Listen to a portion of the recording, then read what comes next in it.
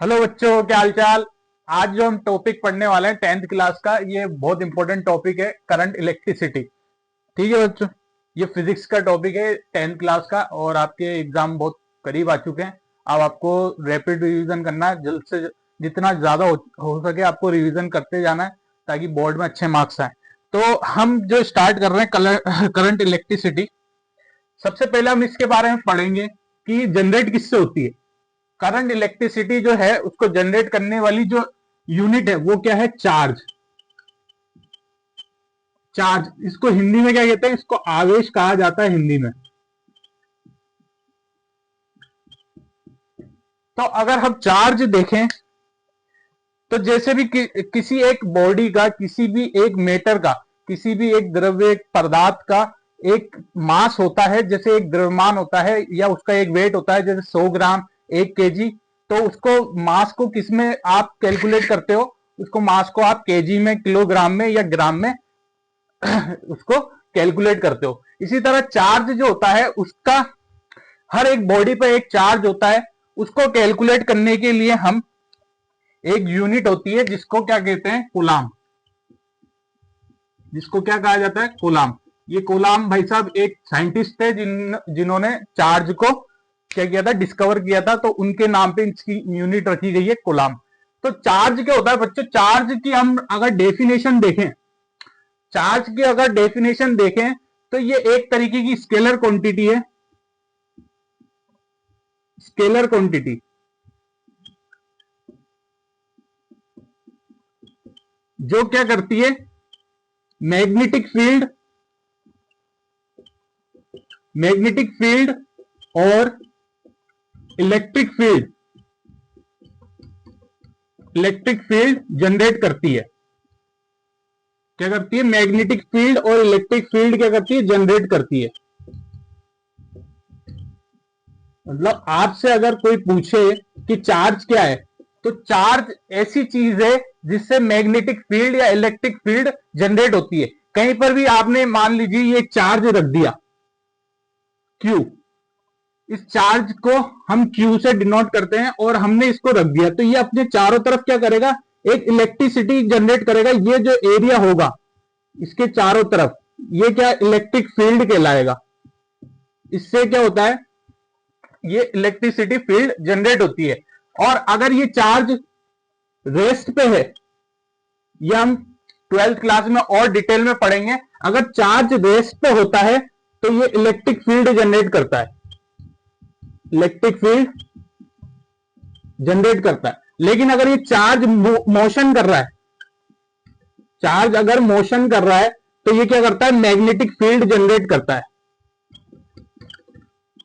जैसे आपने ट्रेन देखी होगी, ट्रेन ट्रेन के टायर और जो पटरी होती है उसके बीच में मैग्नेटिक फील्ड जनरेट होती है, जिसकी वजह से ट्रेन चल पाती है।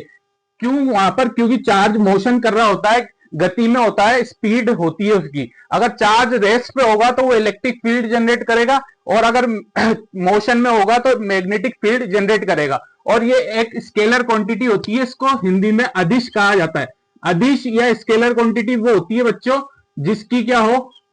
जिसकी यूनिट हो, यूनिट हो, है ना, लेकिन क्या ना हो? डायरेक्शन ना हो, डायरेक्शन नहीं है।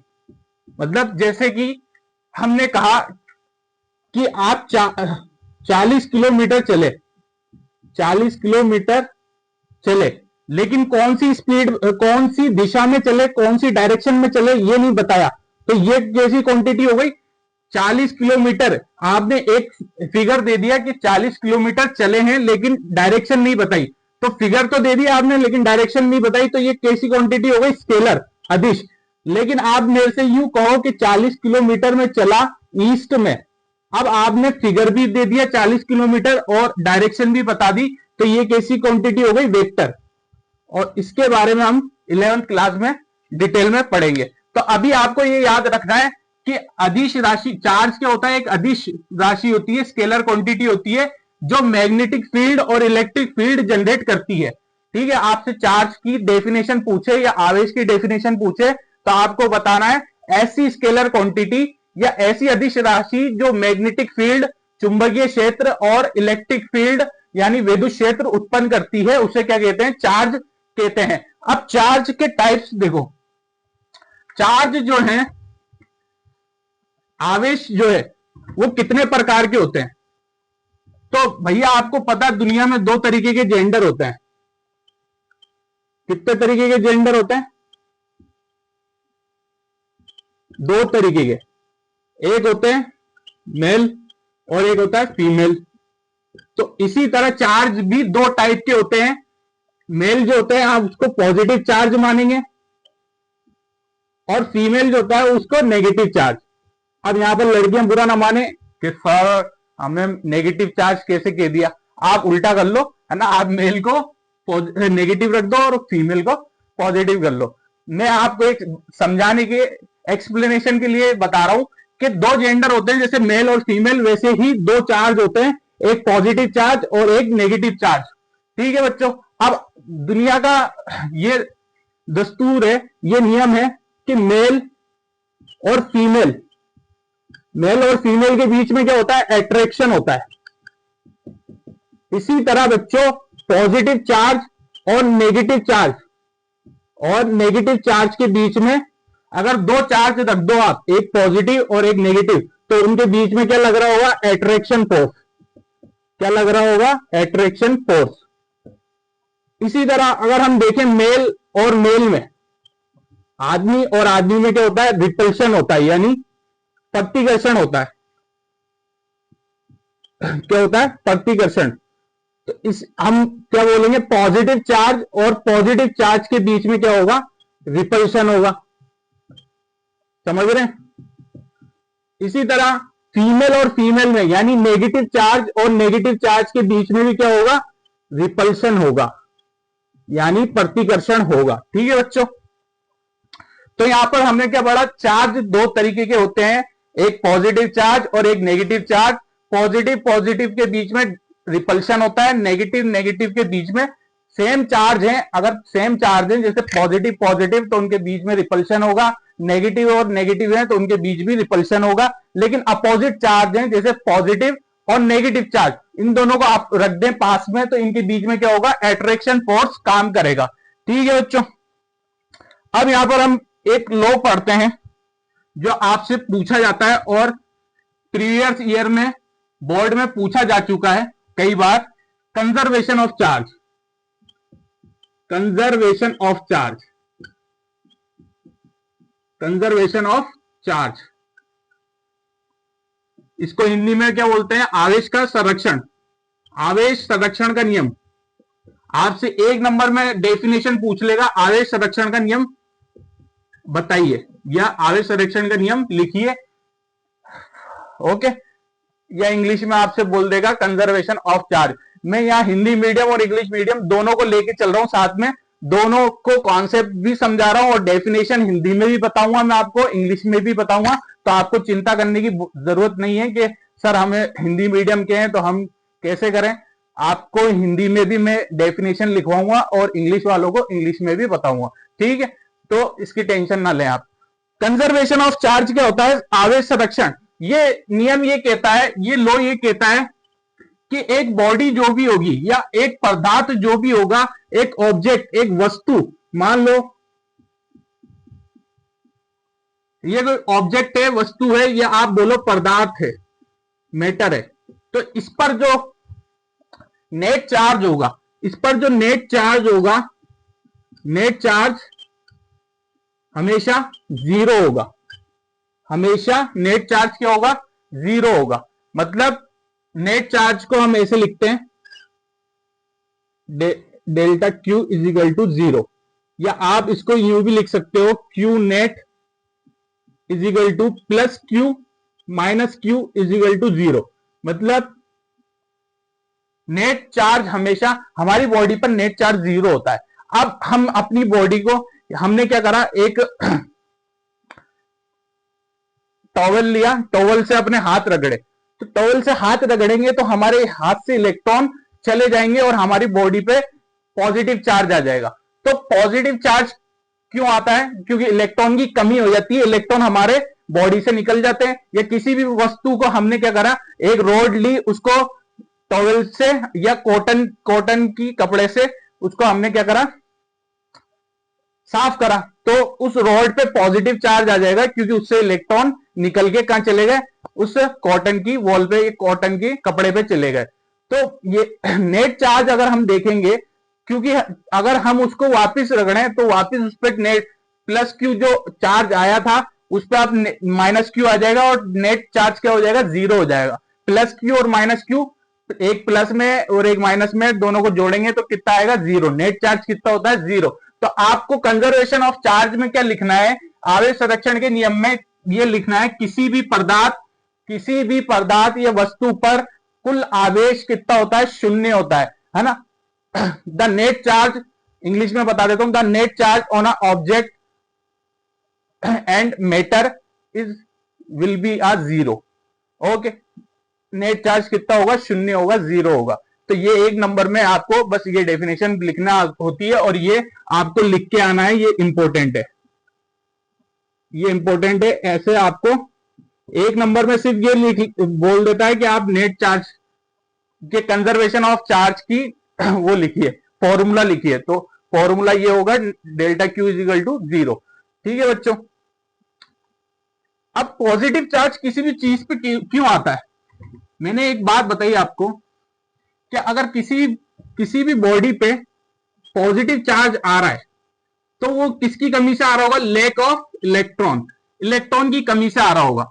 और अगर किसी पे नेगेटिव चार्ज आ गया तो वो किसकी वजह से आ रहा होगा, मोर ऑफ इलेक्ट्रॉन, यानी इलेक्ट्रॉन की ज्यादा अधिकता या इलेक्ट्रॉन की ज्यादा होने से उस पर नेगेटिव चार्ज आएगा।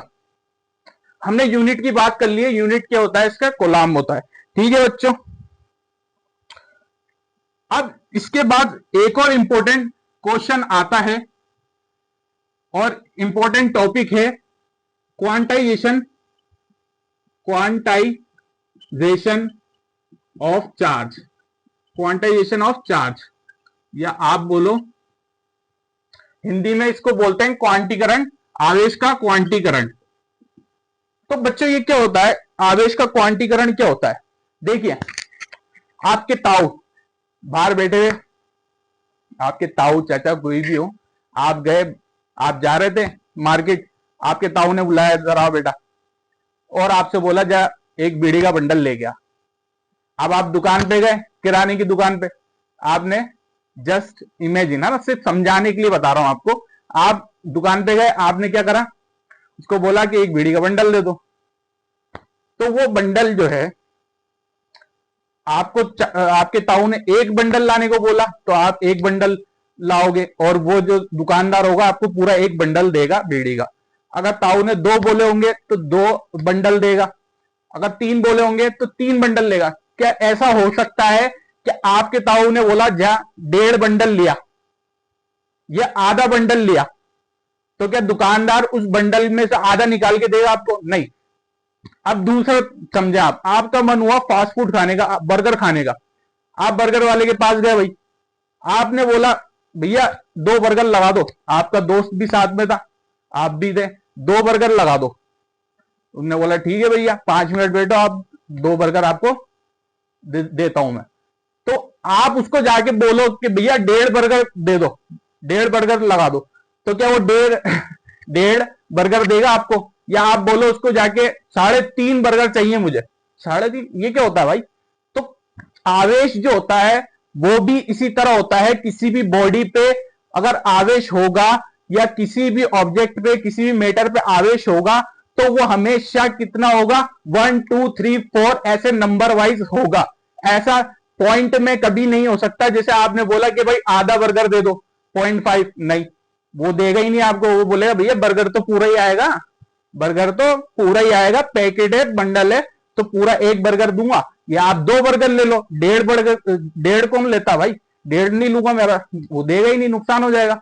तो इसी तरह जैसे बर्गर जो है 2 3 4 5 6 इस नंबर में आप लेते हो, आपने बोला कि 10 बर्गर दे दो, तो उसी तरह चार्ज भी किसी बॉडी पे 10 ही होगा।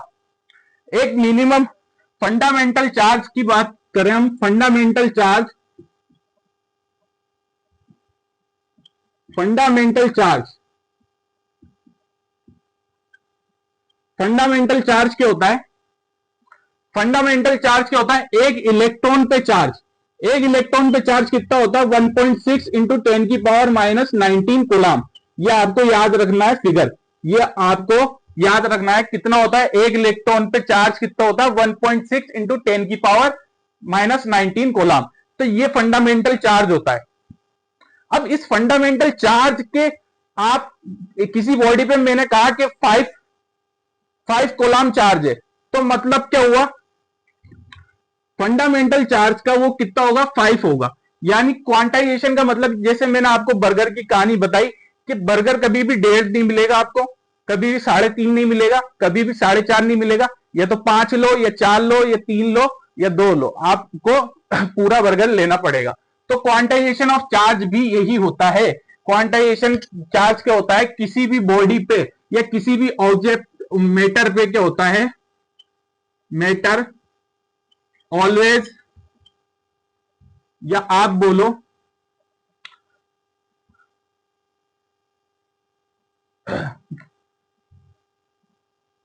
चार्ज का विनिमय, या आप बोलो exchange of charge.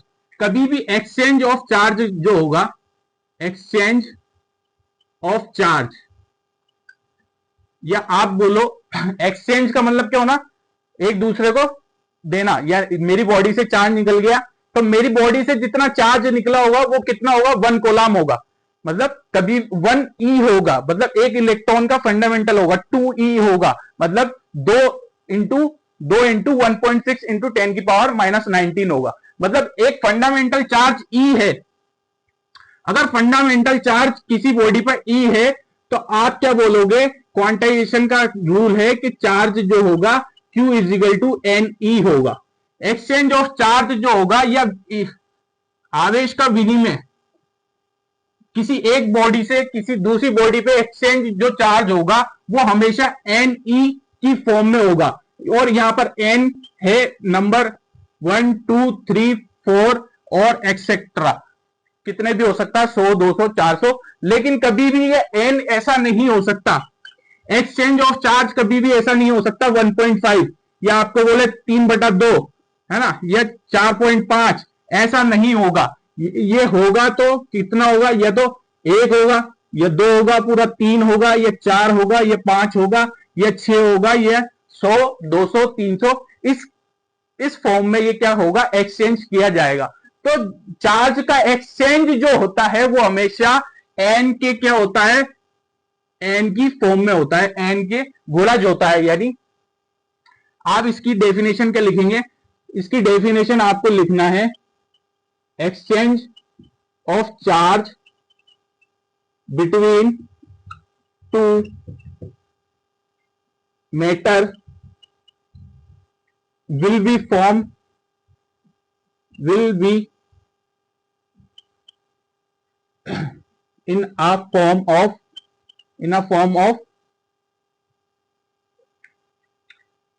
n multiple of fundamental charge, fundamental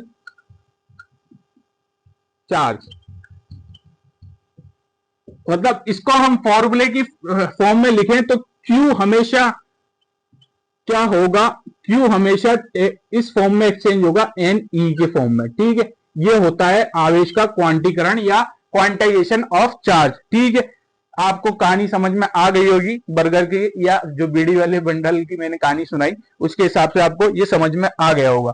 तो ये क्वांटाइजेशन ऑफ चार्ज बहुत इंपॉर्टेंट टॉपिक था, इससे हर साल क्वेश्चन आते हैं। ठीक है, अगर आपसे पूछे, चलिए इसी पे एक न्यूमेरिकल कर लेते हैं जो 2023 में आ चुका है।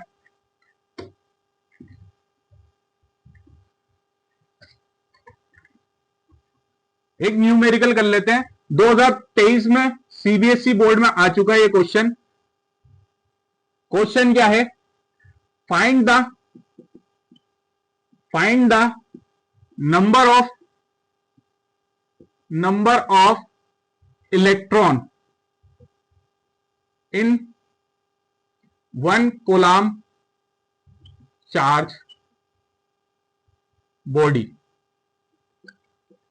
अगर किसी बॉडी पे 1 कूलम्ब चार्ज है तो उसमें इलेक्ट्रॉनों की संख्या कितनी होगी। तो अभी हमने क्वांटाइजेशन ऑफ चार्ज जो देखा उसमें फॉर्मूला हमें निकल के आया Q is equal to N E. ठीक है बच्चों, यहां पर E आपको पता है फंडामेंटल चार्ज होता है और 1.6 इसकी वैल्यू होती है 1.6 इंटू 10 की पावर माइनस 19 कूलम्ब, इतनी वैल्यू होती है। तो E तो हमें पता है और Q जो है वो इस क्वेश्चन में दे रखा है कितना, 1 कूलम्ब चार्ज। Q की वैल्यू कितनी दे रखी है, यहां पर Q है 1 कूलम्ब। तो यहां पर आपको निकालना क्या है, N, number of electron, N जो है वो आपको निकालना है। ठीक है बच्चों, तो N कैसे निकालोगे, Q upon E is equal to N हो जाएगा। यानी N की वैल्यू हमें निकालनी है, Q कितना है 1 कूलम्ब और E कितना है बच्चों, अपॉन में 1.6 इंटू 10 की पावर माइनस 19। अब यहां से आप सॉल्व करोगे, ये पॉइंट हटके ऊपर जाएगा और यहां पर 10 हो जाएगा और नीचे जो वैल्यू माइनस में होती है वो ऊपर जाके पॉजिटिव हो जाती है। तो यहां पर 10 इंटू 10 की पावर 19 प्लस में हो जाएगी, ये माइनस में थी, 10 की पावर माइनस 19 था, ऊपर जाके कैसा हो जाएगा, पॉजिटिव में। नीचे कितना हो गया 16। अब 10 का एक 10 यानी एक जीरो यहां से हटा के या 19 की जगह 18 कर दो और यहां पर जीरो बढ़ा लो। अब आप सॉल्व करो इसको तो आएगा 6.25 इंटू 10 की पावर 18। मतलब अगर कोई बॉडी या कोई ऑब्जेक्ट, कोई मैटर, उस पे 1 कूलम्ब चार्ज है तो उसमें इलेक्ट्रॉनों की संख्या कितनी होगी, द नंबर ऑफ इलेक्ट्रॉन कितने होंगे, 6.25 इंटू 10 की पावर 18। 10 की पावर 18 का मतलब समझते हो आप, अरबों खरबों से भी ज्यादा, है ना। अगर आप इसको हजारों करोड़, क्या हो जाएगा, ये हजारों करोड़ संख्या हो जाएगी। अगर आप इसको पूरा अरबों खरबों में निकालोगे तो इलेक्ट्रॉन्स की संख्या कितनी हो जाएगी, खरबों से भी ज्यादा हो जाएगी। 10 की पावर